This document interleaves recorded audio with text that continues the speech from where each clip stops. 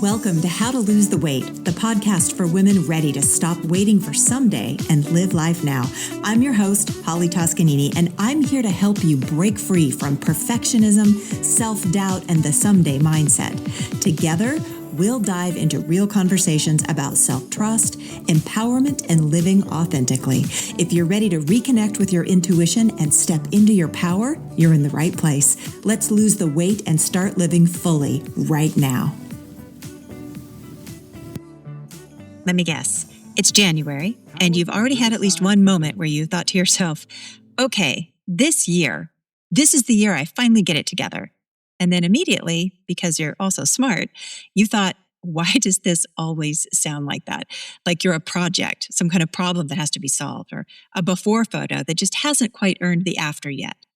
Today, we're talking about why New Year's resolutions keep smart women stuck and what to do if you're ready to stop waiting and start living. Welcome to How to Lose the Weight. I'm Holly Toscanini, and this show is for women in midlife who are done putting their lives on hold. Each week, we talk self-trust, confidence, and aligned action so you can stop waiting and start living. Now, I don't think resolutions are really the problem. It's the story behind them that is. So here's the thing. I'm not anti-goal. I'm anti this specific January storyline that a lot of women absorb without even realizing it. And it goes like this. The real me arrives after I fix myself, and New Year's resolutions, especially for women, often come packaged with that exact message. Not, I want to grow, but I'm not acceptable yet. And if you're listening to this and you're a high-functioning woman, smart, accomplished, capable, you're especially vulnerable to this because you're used to fixing things. You see a problem, you create a plan, you execute. That skill has served you everywhere. But when you turn that skill on yourself in January, it often becomes less like leadership and more like self-management.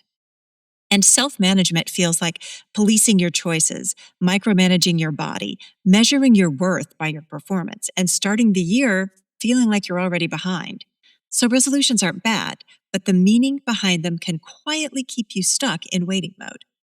Because if your goal comes from this belief that you're not enough yet, you will treat your life like it hasn't started yet. Now, you might be asking yourself why smart women get trapped in this waiting mode. And let's name it for what it really looks like, shall we? Because it's not lying on the couch doing nothing.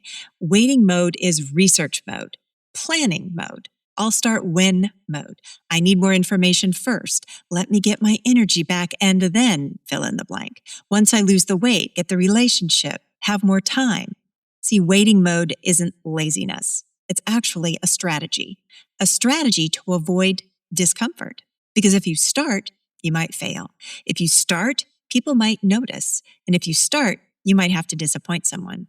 If you start, you might have to admit what you actually want. And midlife brings a special twist to all of this because a lot of women reach their 40s, 50s, or 60s and realize, I have been responsible for everybody else's comfort, and I don't actually know what I want anymore. So we try to fix it with a resolution, a clean slate, a dramatic vow. But most resolutions fail because they're trying to solve a trust problem with a control strategy. And you don't build self-trust by controlling yourself harder.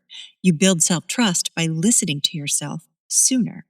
Now, there are two specific types of January energy, and here's a distinction that's going to save you a lot of time. The first type is fixing energy, and this is the classic January vibe. I'm going to be a different person. Fixing energy sounds like, I have to get disciplined. I need to be better. I finally have to commit, no excuses. Fixing energy is fueled by shame and panic, and it's all dressed up like motivation. The next type is leadership energy.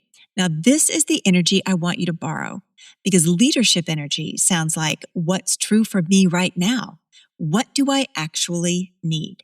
What decision would I make if I trusted myself just 10% more? What's one small action that proves I can count on me? See, leadership energy isn't loud. It's steady. And here's the secret. Your life changes faster when you start from leadership energy because it doesn't require you to become somebody else before you can begin. Now, why do you think resolutions backfire? I mean, the whole psychology of it. Well, one, they're too often really vague or too extreme, like get healthy, lose weight, be more confident.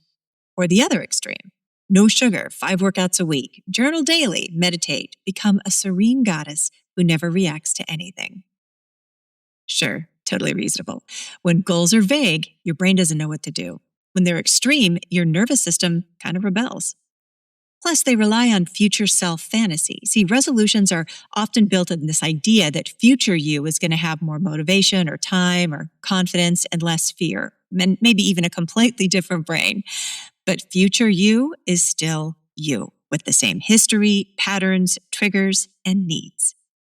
Finally, they make success conditional. And this is a sneaky one. See, a lot of January goals are really saying, I'll feel good when I've earned it. And that keeps you stuck because your life becomes a series of prerequisites. Like, I'll travel when I lose weight. I'll date when I feel more confident. I'll start the business when I'm sure. I'll wear the sleeveless blouse when my arms look better.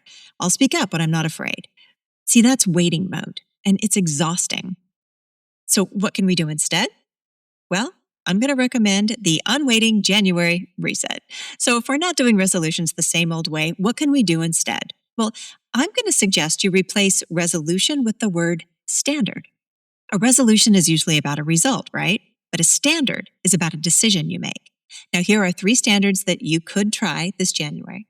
Number 1, I will not delay my life to earn my worth. So pick one area where you've been waiting for permission or confidence or a certain number on the scale and just interrupt it. And not with a huge leap, but with a single choice. For example, I'm going to the event even if I feel awkward. I'm wearing the jeans. I'm signing up for the class. I'm asking for what I need. I'm taking up space without apologizing.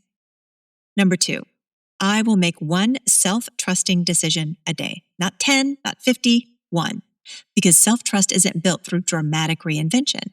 It's built through repetition. A self-trusting decision could be saying no without a novel-length explanation, or resting before you hit the wall, or eating in a way that feels calm and supportive, or moving your body gently because you respect it, or even asking yourself, what do I need? And then answering honestly. Number 3, I will choose momentum over perfection. Perfection keeps you waiting. Momentum keeps you moving. So your only job is to make it smaller, make it truer, and then do it. And if you want a single question to guide you all month, use this. What would I do if I trusted myself 10% more? That question will change your whole year. Now, if resolutions have made you feel like you can't trust yourself, I want you to hear this. There's nothing the matter with you. You're not lazy, and you're not failing at life or self-improvement. You've been trying to solve a self-trust problem with a self-control strategy, and that approach is exhausting, especially in midlife when your body and your life are asking for a different relationship with yourself. See, this year isn't about becoming somebody else. It's about becoming someone who stops waiting. Now, if you want to know what's actually keeping you stuck in waiting mode, take the 5-minute midlife confidence quiz. In 5 minutes, you'll see what's actually keeping you in waiting mode and what to do next. It'll give you a clear starting point without the pressure of having to fix yourself first. Or if you're ready for a deeper structure that you can repeat all year long, the next step is the Unwaiting Quick Start Guide. It's the easiest way to give your momentum a little jump start, and you can complete it in 24 hours or less. You'll find links to both of the show notes, both of these in the show notes, or if you're watching on YouTube, it'll be in the description below. If this episode helped, please send it to a friend who's tired of starting over.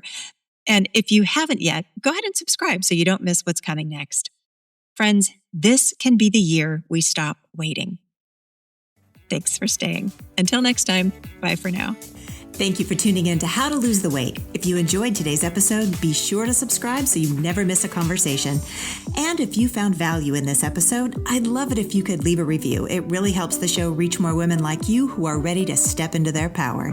For more insights and inspiration, follow me on Instagram at Holly Toscanini or visit hollytoscanini.com. Until next time, remember, stop waiting and start living.